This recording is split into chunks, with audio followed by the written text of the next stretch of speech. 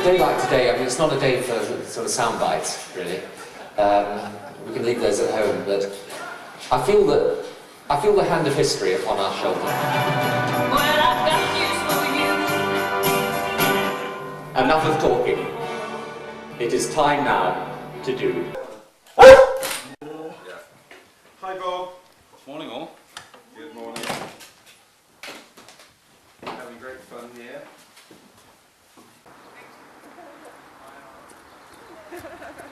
Yeah, very nice. Good. Hello Hi there. there. Nice to see you. Thank you. Cheers.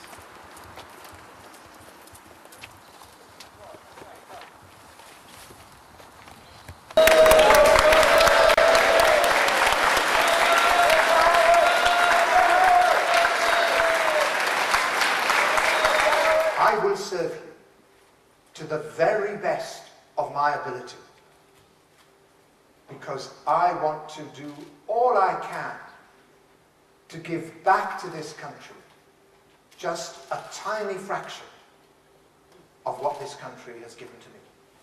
Thank you.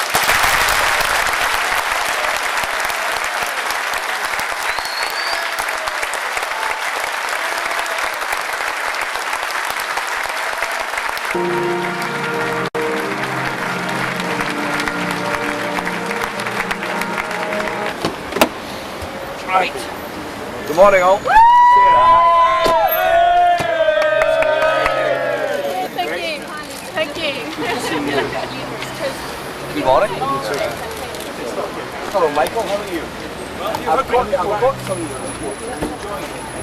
The Liberal Democrats represent the real alternative in front of people later this week. We have been the most positive, and I argue that we have been the most principled in our approach to the issues of the day.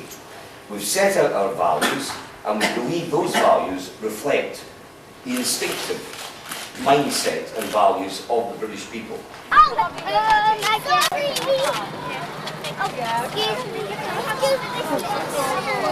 Is it okay if you're mummy? If it's okay with your mummy? There we go.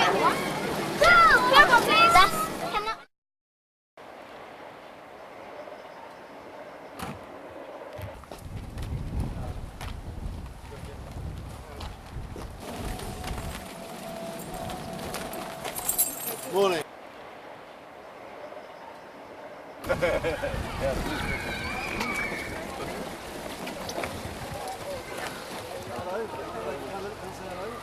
Tomorrow? I shall be there. Can I get your magazine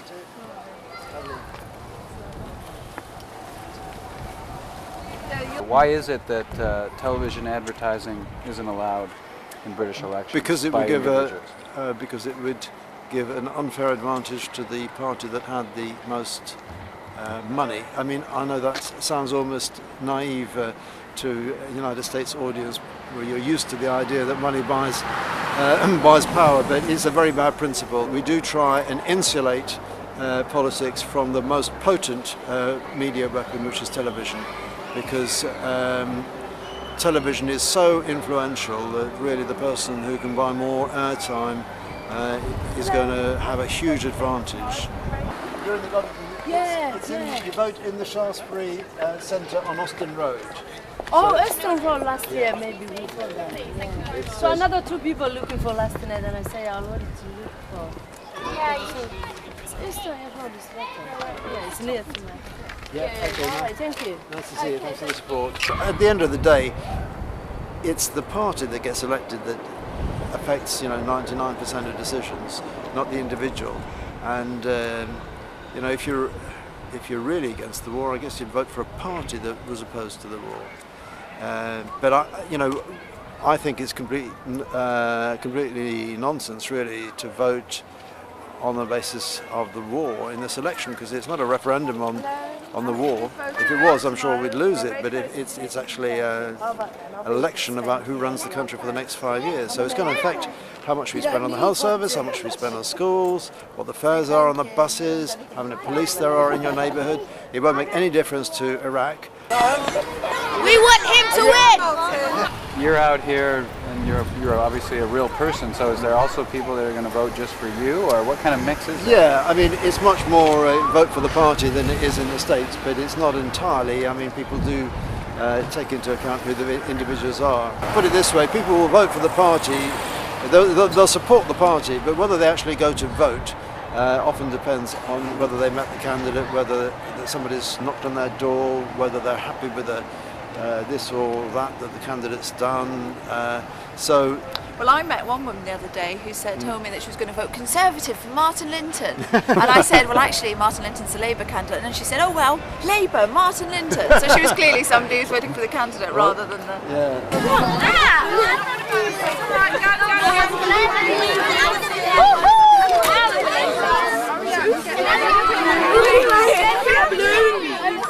My most difficult job of the year is I have to judge the Easter egg competition here every year, and the kids, it's been going for years and years. They have to make models made out of eggs or incorporating eggs, but you know, like they do the Egg Olympics, or you know.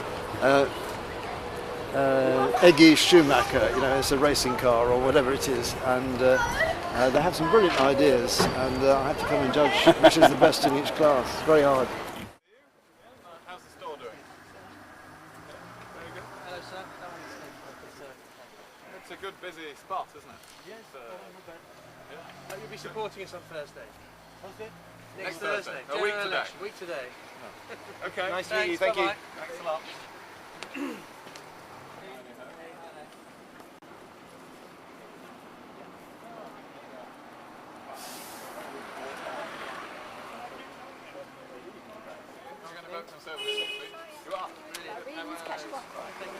You vote Conservative next week? Brilliant. Excellent. Thank you very much. Take care. Thank you very much. How are you?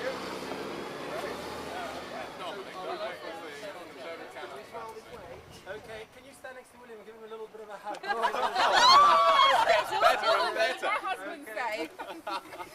Better. They do mention, while we've been walking down this street, they've mentioned crime, rising crime, and that's certainly a factor in the election.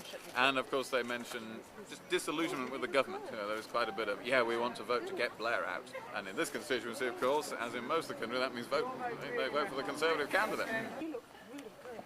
Is that right? Hey! He's been dragged into every shop today. You don't look as if you've had any hard times. Well, I haven't in the last few years. I had all my hard times before that. Good luck. Yeah, we're looking out for the short there. So, thanks a lot. Thanks very much.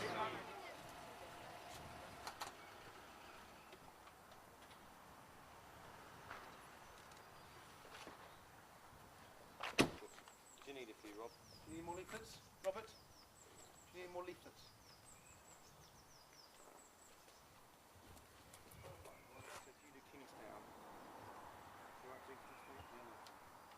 What I'll do though, I may as well split this up.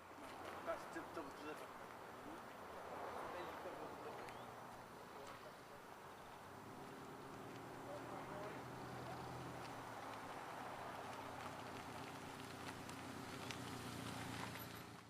Right, sir, do you want some leaflets? What numbers are we doing? What I would love to have someone to sit there with me with all their leaflets and my leaflets and Labour leaflets, and I would go through them and say, who do you think is telling the truth? And our leaflets will stand up to any scrutiny that anyone can put on them, the High Court judge, Lord Chief Justice, and he will pull apart their leaflets because they tell porkies. We don't, and it's a golden rule. I mean, you know, this article... Are you familiar with porkies? Porky pies, lies. I got the concept. Porky pies, that's what it meant. Sorry. You know, this is taken from a Tory club document. Right, it got sent to you. And you know, if they want to write things like that and send them to us, well, I think they're inviting us to use them, aren't they? But we've learnt over the years. I mean, if you saw the leaflets back in 1995, 10 years ago, not only did I have more hair and was thinner, but the quality of the other things were quite good. The interesting thing about the humour is that Michael Howard earlier this week came out with saying Tony Blair's a liar. And you know, there's always, well, you know, there's a lot about negative campaigning works, and it's been proved to in America. But somebody was saying, an analyst was saying, it only works to a certain degree, and it works what's much more effective is when you can actually put down the opposition with a bit of wit and a bit of humour. Yeah, and that's what that, you know, calling Tony Blair a liar does not do that. Actually, that is typical of the Tory campaign. It's insidious, because what they meant was, we're not going to tell you that we don't like black people or Asians, and we're not telling them, but you know we think that. Are you thinking that's those insidious, right-wing, nasty, xenophobic? So that's what that means? That's what the Tories wanted you to think. What did they ever say? What? Yeah, that's their slogan. But what did they say? What it is they want? No, well, of course he didn't. I mean, but they then talked about asylum and immigration and so on. And, oh yeah, these guys. So that was insidious. Now what we're doing is saying, Tory dodo, are you thinking what we're thinking? The Tory party is dead and dying. And that's basically saying, forget it. We're the real alternative.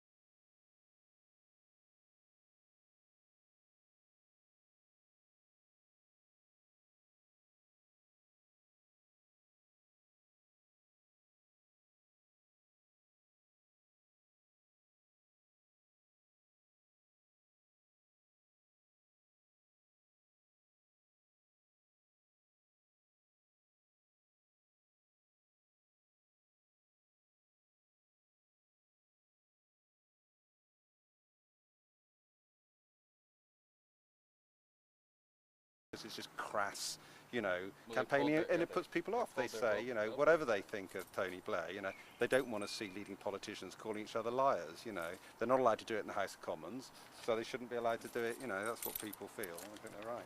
And we've got on very much my local record, things I've been doing locally. If you read through it, you'll pick that up.